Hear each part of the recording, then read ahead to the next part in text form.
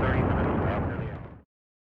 Hi, it's Tim from Toy Tinker Tim, and in the coming weeks, I'll be having some very cool repair and restoration episodes on the Major Matt Mason toy line, made by Mattell in the late 60s, early 70s during the space race fever.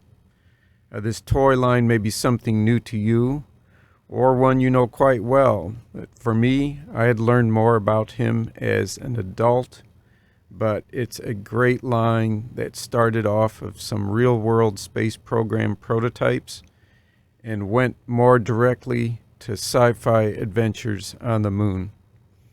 These vintage toys have some very vintage toy problems now. Lots of things break down and disintegrate. So be sure to subscribe to Toy Tinker Tim now so you don't miss out on these very special cool episodes on a cool toy line.